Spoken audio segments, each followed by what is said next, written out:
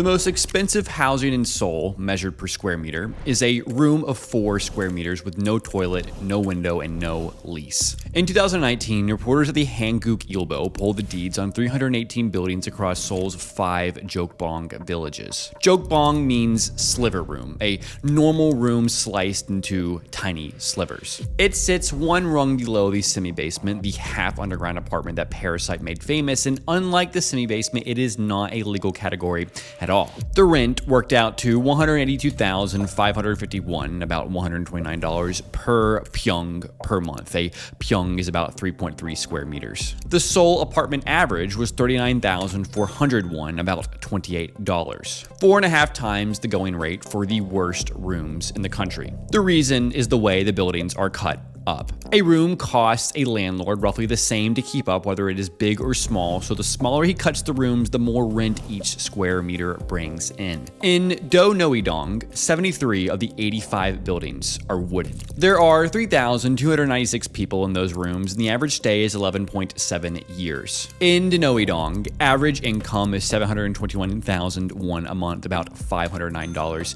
84% have a chronic illness, and 45% have a registered disability. The average rent, $246,851 won, about $174, was the highest of all 5 villages, roughly a third of a tenant's income. Why pay it? Because the alternative is a shelter bed or the street. A joke-BAHNG takes you the day you arrive, no waiting list, no credit check, no deposit, no contract. Cash in hand and you have a roof. Last July, when Seoul hit 34 degrees Celsius, about 93 degrees Fahrenheit, a resident of 72 told reporters her room has no window and that inside the room is hotter than outside. A neighbor of 68 said that on a 200,001 room, about $141, air conditioning isn't even a dream. Yongsan district confirmed that in Donui-dong, not a single joke-BAHNG is registered as a lodging business. The most expensive real estate in Seoul, measured by the meter, does not legally exist.